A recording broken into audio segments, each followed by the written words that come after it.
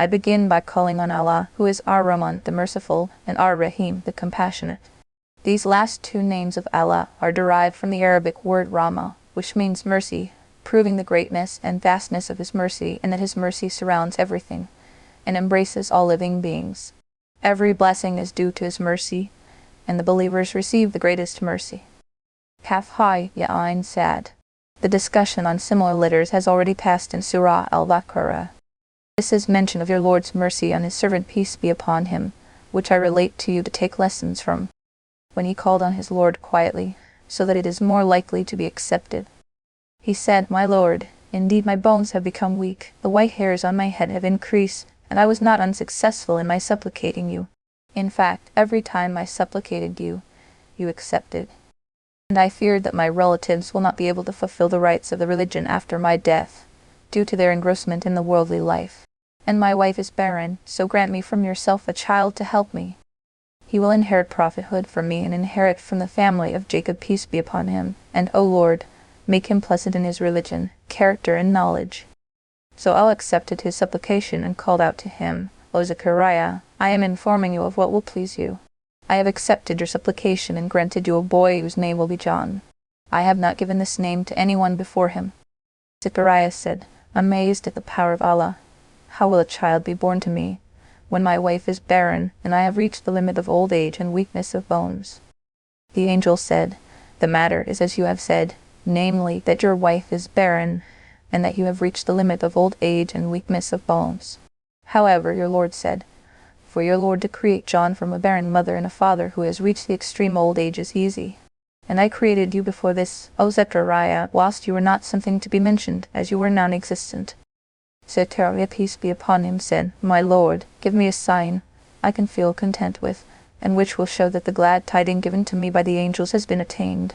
He said, Your sign of having attained what you were given glad tidings of is that you will not be able to speak to people for 3 days, not due to any illness, but rather you will be sound and well. Then Zechariah came out to his people from his place of prayer, and indicated to them without speaking to glorify Allah at the beginning and end of the day. Then John was born to him. Once he reached an age in which he could be addressed, I said to him, O John, take the Torah firmly and with effort. And I granted him understanding, knowledge, firmness, and resolve, whilst he was still a child. And I granted him mercy from myself and kept him pure from sins. And he was pious, abiding by the commands of Allah and refraining from his prohibitions. And he was dutiful to his parents, soft with them and kind towards them. And he was neither arrogant regarding obedience to his Lord or his parents, nor was he disobedient towards his Lord or his parents. And peace and safety be on him from Allah, on the day he was born, the day he shall die and leave this life, and on the day he shall be raised alive on the day of judgment. These 3 places are the most frightening a person goes through, so if he is safe in them, he shall not have any fear in any other place. And mention, O Messenger, in the book revealed to you the story of Mary, peace be upon her, when she moved away from her family and stayed separately in a place to their east. Thus she made for herself a veil from the people, which would cover her, so that they cannot see her when she is worshipping her Lord. Then I sent Gabriel, peace be upon him, to her. Thus he appeared to her in the form of a perfectly formed human. So she thought he has a malicious intention towards her. So, when she saw him in the form of a perfectly formed human heading towards her, she said, I seek protection of the Merciful from you, that any harm should come to me from you, if you are pious and fear Allah. Gabriel, peace be upon him, said, I am not a human. I am only a messenger from your Lord, who he has sent to you for me to give you a good pure child. Mary said surprisingly, How can I have a child when neither a husband nor anyone else has come near me, nor am I an adulteress that I should have a child?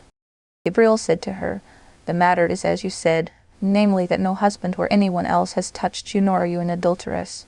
However, your Lord said, To create a child without a father is easy for me, and it is so that the child granted to you is a sign for people of the power of Allah, and a mercy from me to them, due to the good they will achieve through him.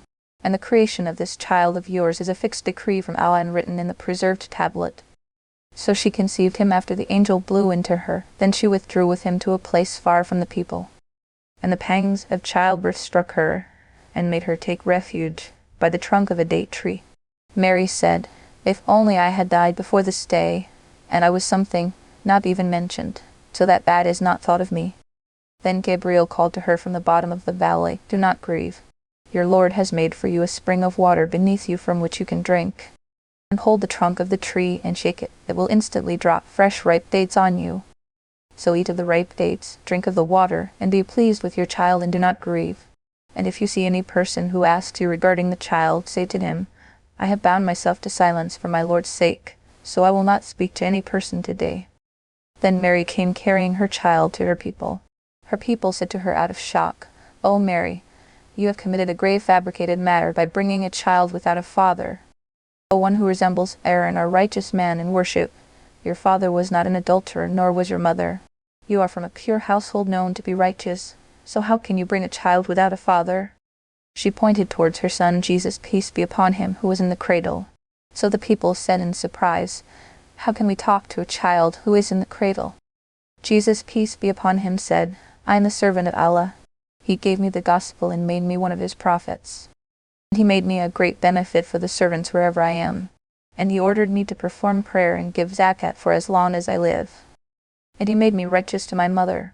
And he did not make me arrogant towards the obedience of my Lord, nor did he make me disobedient to her. And safety from the Satans and his helpers is on me on the day of my birth, the day of my death, and the day I shall be raised on the day of judgment. The Satan has no evil effect on me in these three frightening places." He who is described with these qualities is Jesus, son of Mary. And this discussion is the word of truth regarding him, not that which is said by the misguided who doubt and disagree in his affair. It does not befit Allah to have a son, exalted and free he is from this. When he intends something, it is enough for him to say regarding this thing, be, and it most definitely becomes. So he who is like this is free from having a son. And Allah, may he be glorified, is both my Lord and your Lord, so make worship sincere for him alone. This which I have mentioned to you is the straight path that leads to the pleasure of Allah. The factions of Jews and Christians differed regarding the matter of Jesus, peace be upon him. The Jews said about him that he is a magician. Some Christians said about him that he is the son of Allah. Woe to those who differ regarding him from witnessing the great day of judgment due to its scenes, reckoning and punishment. How horrible is what they will hear and see on the day of judgment, and how severe it will be for them. And how strange will be their condition which you will see. However, the oppressors in this worldly life are clearly misguided from the straight path. They will not prepare for the afterlife until it will suddenly come to them whilst they are in their wrongdoing. And warn the people, O Messenger, of the day of regret, when the evildoer will regret his evil doings, and when the righteous will regret not being more obedient, when the scrolls of the servants will be wrapped. Their reckoning is finished, and each person goes towards what he had sent forward. But they have been deceived by their worldly life, and are unmindful of the hereafter, and they do not accept the day of judgment. I am the one who will remain after the creation has perished. I shall inherit the earth and those on it, because they will have perished, and I will remain after them, and I own them and do with them as I want. To me alone they shall return on the day of judgment to be reckoned and recompensed. And mention, O Messenger, in the Qur'an, which has been revealed to you, the story of Abraham, peace be upon him. He was very truthful and firmly believed the signs of Allah. When he said to his father Azar, O father, why do you worship besides Allah an idol, which does not hear your supplication if you supplicate it, does not see your worship when you worship it, does not remove harm from you, and does not bring any benefit to you? O father, such knowledge has come to me through revelation which has not come to you, so follow me and I shall guide you to the straight path. O father, do not worship the Satan by obeying him.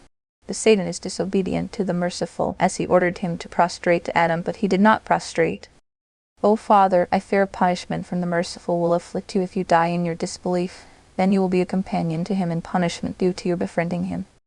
Azar said to his son Abraham, peace be upon him, are you turning away from the idols I worship, O Abraham? If you do not stop criticizing my idols, I shall pelt you with stones. Leave me for a long time. Do not talk to me or be with me. Abraham, peace be upon him, said to his father, greetings of peace to you from me. You will not face from me what you dislike. I shall seek forgiveness and guidance from my Lord for you. He is very kind to me. And I shall leave you and leave the idols you worship besides Allah, and I shall call upon my Lord alone, without associating any partner with him. Perhaps he will not deprive me if I pray to him, otherwise I will be unsuccessful in praying to him. So when he left them and their gods they used to worship besides Allah, I replaced for him his loss of family, And so I gave him his son Isaac, and I gave him his grandson Jacob. And each one of them I made a prophet. And out of my mercy I gave them much good alongside prophethood. And I established for them good praise which remains on the tongues of people. And mention, O Messenger, in the Quran revealed to you the story of Moses, peace be upon him. He was chosen and selected, and he was a messenger and prophet. I called him from the side of the mountain that was on the right in relation to where Moses, peace be upon him, was, and I brought him near in communion, where Allah let him hear his speech. I gave him, out of my grace and favor, his brother Aaron, peace be upon him, as a prophet, in answer to his prayer when he asked his Lord for that. And mention, O Messenger, in the Quran revealed to you the story of Ishmael, peace be upon him. He was true to his promise. Whenever he made a promise, he fulfilled it, and he was a messenger and prophet. He used to instruct his household to keep up the prayer and to give zakat, and his Lord was well pleased with him. And mention, O Messenger, in the Quran which has been revealed to you, the story of Idris, peace be upon him. He was very truthful and firmly believed in the signs of his Lord, and he was one of the prophets of Allah. I raised his mention by the prophethood I gave him, and he therefore was of a high rank. Those who were mentioned in this surah, beginning with Zechariah and ending with Idris, peace be upon them, are the ones whom Allah blessed with prophethood from the children of Adam, peace be upon him, and from the children of those whom I carried in the ark with Noah, peace be upon him, and from the children of Abraham, and the children of Jacob, peace be upon them, and from those whom I blessed with guidance to Islam, and whom I chose and made prophets. When they heard the verses of Allah being recited, they prostrated to Allah, weeping out of his fear. After these chosen prophets came followers of evil and deviation, who neglected prayer by not offering it in the required manner, and who perpetrated sins driven by their own desires, such as fornication. These people will come face to face with evil and disappointment in hell. But those who repented from their neglect and excess, who had faith in Allah, and who did righteous deeds, those who possess such attributes will enter paradise, and the reward of their actions will not be reduced in the least. Gardens of residence and permanence, which the Merciful promised his servants in the Ghaib that he will make them enter them. They did not see them, but they believed in them. Allah's promise of paradise, even though it is in the Ghaib, will most certainly come to pass. There they will not hear anything futile nor any obscene talk. Instead, they will hear the greeting of peace to one another, and the greeting of peace from the angels to them. They will be given whatever type of food they desire in the morning and evening. This paradise, described with the above attributes, is the one that I will give to those of my servants who fulfilled the commandments and avoided the prohibitions. And say, O Gabriel, to Muhammad, peace be upon him, the angels do not descend of their own accord. They only descend at Allah's command. Everything ahead of us in the hereafter, everything behind us in the world, and everything in between the world and the hereafter, all belong to Allah. Your Lord, O Messenger, would not forget anything. He is the creator of the heavens and the creator of the earth, and their owner and controller. He is also the creator, owner, and controller of everything in between them, so worship him alone, for he alone is deserving of worship. Remain firm in worshipping him, for he has no likeness or partner who shares this worship with him. The disbeliever, who rejects resurrection, mockingly says, "What when I die? I will come out of my grave alive for a second time." This is far-fetched. Does this person who rejects resurrection not remember that I created him previously when he was nothing? He can then use the first creation as evidence for the second creation, even though the second creation will be simpler and easier. By your Lord, O Messenger, I will take them out of their graves to the place of gathering along with the Satans who had misled them. Then I will push them towards the doors of hell, humiliated and on their knees. I shall violently pull out from each of the groups of deviation those who were most disobedient, and these are their leaders. Then I know best about those who most deserve to enter the fire and endure and suffer its heat. There is not one among you, O people, who will not cross over the bridge placed over hell. Your Lord has made this crossing an incumbent decree, and no one can push back his decree. Then after this crossing over the bridge, I will deliver those who are mindful of their Lord by fulfilling his instructions and avoiding his prohibitions, and I will leave the wrongdoers kneeling on their knees without being able to escape from it. When my clear revelations to my messenger are recited to people, the disbelievers say to the believers, "Which of our two parties is better in residence and dwelling and superior in assembly and gathering, our party or your party?" How many were the nations that I destroyed before these disbelievers, who are proud of their material superiority, who had surpassed them in riches and in their outward appearance due to their expensive clothing and their bodily luxuries. Say, O Messenger, The merciful will grant respite to those wallowing in their misguidance, so that they fall further into it, until when they see what they have been warned about, either the swift punishment in this world, or the punishment postponed to the day of judgment, then they will realize who is worst situated, and who has the weakest forces. Is it their party or the party of the believers? In contrast to the respite granted to those people, so that they fall further into misguidance, Allah gives more guidance and obedience to those who are guided. Righteous deeds that lead to perpetual happiness are more beneficial in the sight of your Lord, O Messenger, in terms of their recompense, and have a better outcome. Have you, O Messenger, seen the man who denies my evidences, rejects my warning, and says, if I die and am resurrected, I will certainly be given a lot of wealth and children? Does he have knowledge of the ghaib, and therefore he said that with some proof? Or does he have a pledge with his Lord to enter him into paradise and to give him wealth and children? The matter is not as he claimed. I will certainly record what he says and does, and I will give him a punishment over and above his punishment because of the falsehood that he claims. I shall inherit the wealth and children he leaves behind after I destroy him, and he will come to us on the day of judgment all alone, with the wealth and fame that he enjoyed having been taken away from him. The idolaters have taken for themselves things of worship other than Allah, so that they may be a support and source of assistance for them. The matter is not as they claimed. These things that they worshipped besides Allah will reject the idolaters' worship of them on the day of judgment. They will disassociate themselves from them, and become their enemies. Have you, O Messenger, not seen that I sent the Satans and gave them authority over the disbelievers, inciting them to commit sins and prevent others from Allah's religion? Do not be hasty, O Messenger, in asking Allah to punish them quickly. I am keeping a close record of their lives. Until when the period of their respite comes to an end, I will punish them with what they deserve. Remember, O Messenger, the day of judgment, when I will gather those who are mindful of their Lord by fulfilling his instructions and avoiding his prohibitions to their Lord as a delegation that is honored and respected. I will drive the disbelievers to hell thirsty. These disbelievers will not have the power to intercede for one another, except for those who had taken a pledge with Allah in the world by having faith in him and in his messengers.